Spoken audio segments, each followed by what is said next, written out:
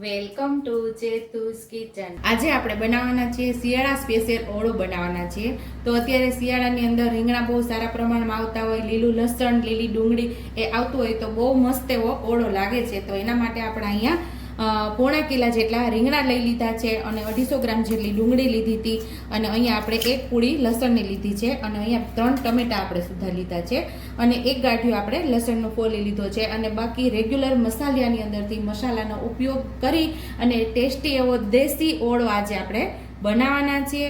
તો આપણે રીંગણાને પહેલા શેકી લેવાના છે।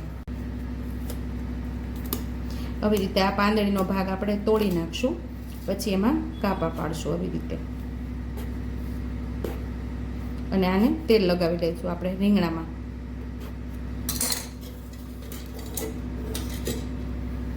સેમ એ જ રીતે બધા રીંગણાની અંદર કાપા પાડી અને તેલ લગાવી લેવાનું છે। એક સાઈડ આપણા રીંગણા શેકાય છે ત્યાં સુધીમાં એક લસણનો ગાંઠિયો લીધો છે, એટલે એક લસણનો ગાંઠિયો ફોલી લીધો છે। 2 લીલા મરચા, 1 ઇંચ આદુનો ટુકડો આપણાની પેસ્ટ તૈયાર કરી લેવાની છે।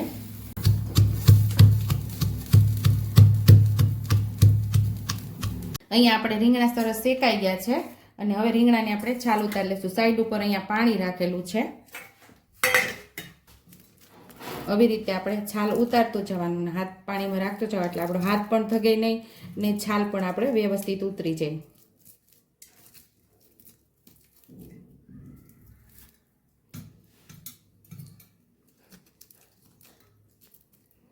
જ્યારે રીંગણા શેકો ત્યારે આવી રીતે તમે કરી શકો છો। છાલ વ્યવસ્થિત તમે તેલ ચોપડશો ને એટલે છાલ પણ વ્યવસ્થિત ઉખડી જશે અને પાણીમાં હાથ બોળતું જવાનું એટલે વ્યવસ્થિત છાલ પણ ઉખડી જશે ને તમને ગરમ પણ નહીં લાગે। તો આવી જ રીતે આપણે બધા રીંગણામાંથી છાલને ઉતારી લેશું। રીંગણાને આપણે ખોલીને જોઈ લેશું। તો આપણા રીંગણા મસ્ત એવા છે। બધી સાઈડથી આપણે જોઈ લેવાનું કે આપણા રીંગણા સરસ જ છે ને, આ સરસ જ છે, ઉપરની છાલ છે।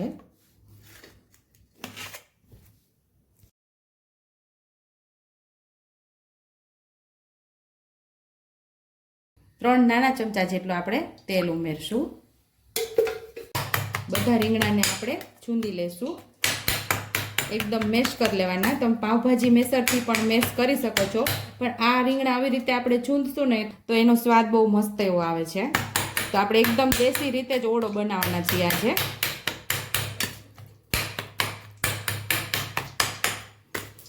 ત્યાં સાઈડ ઉપર આપણું તેલ પણ સરસ ગરમ થઈ જશે।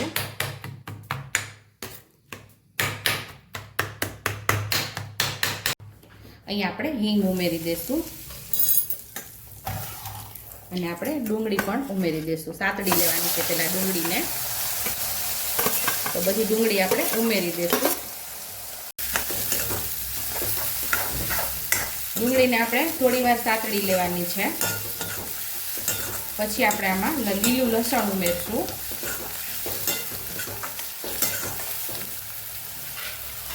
આપણે લીલું લસણ સુધારીને રાખેલું અડધું આપણે અહીંયા ઉમેરી દઈશું, અડધું આપણે ગાર્નિશ કરશું ત્યારે ઉપયોગમાં લઈશું અને સરસ લસણને પણ આપણે ડુંગળી સાથે જ સાતડી લેવાનું છે।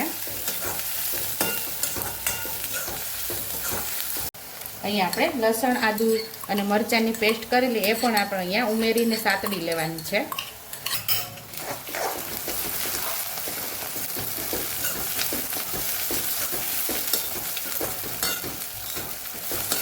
અત્યારે શિયાળા સ્પેશિયલ ઓળો બનાવીએ છીએ અને શિયાળામાં ઘણા લોકોને શરદી પણ થાય છે, તો આ ઓળો ખાય ને તો એની શરદી ભાગી જશે, એટલો ટેસ્ટફુલ આ ઓળો થશે આપણો।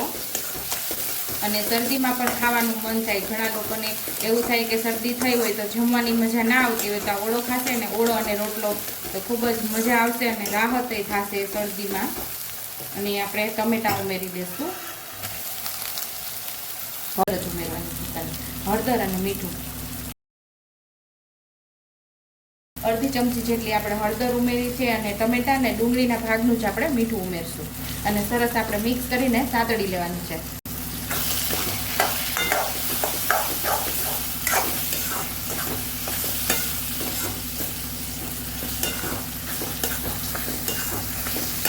ટમેટા થોડા સોફ્ટ થાય ત્યાં સુધી આપણે એને સાતળવાનું છે।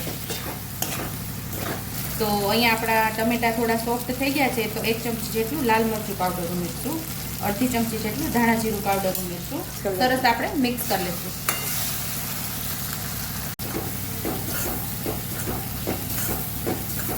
ટમેટા પણ સરસ એવા પાકી ગયા છે આપણા, અને મસાલો પણ સરસ એવો સતળાઈ ગયો છે. તો અહીંયા આપણે રીંગણા શેકીને ચૂંદીને સાઈડ ઉપર રાખેલા એ હવે અહીં આપણે ઉમેરી દઈશું.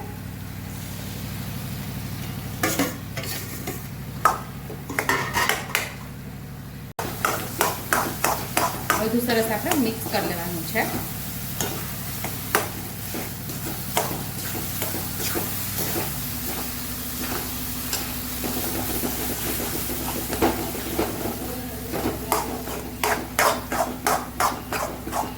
અહીંયા આપણું ટેસ્ટી એવો ઓળો તૈયાર થઈ ગયો છે. ઉપરથી લીલા ધાણા આપણે ઉમેરી દઈશું. થોડા આપણે ગાર્નિશિંગ માટે રાખશું, અને આપણે રીંગણાના ભાગનું મીઠું ઉમેરવાનું બાકી છે, એટલે રીંગણાના ભાગનું આપણે મીઠું ઉમેરી અને સરસ આપણે મિક્સ કરી દઈશું. તો ટેસ્ટી એવો ઓળો આપણો તૈયાર છે. અહીંયા ઉપરથી આપણે લીલા લસણથી ગાર્નિશ કરશું, જે આપણે બચાવીને રાખેલું છે, અને લીલા ધાણા પણ ઉપરથી આપણે ઉમેરી દઈશું. તો ટેસ્ટી એવો આપણો શિયાળા સ્પેશિયલ ઓળો તૈયાર છે. જો તમને મારી રેસીપી પસંદ આવી હોય તો મારી રેસીપીને લાઈક કરજો, શેર કરજો, સબસ્ક્રાઈબ કરજો, બેલ આઇકોનને દબાવતા ભૂલતા નહીં, અને કમેન્ટ બોક્સમાં કમેન્ટ કરજો કે મારી રેસીપી કેવી લાગી. તો આવજો.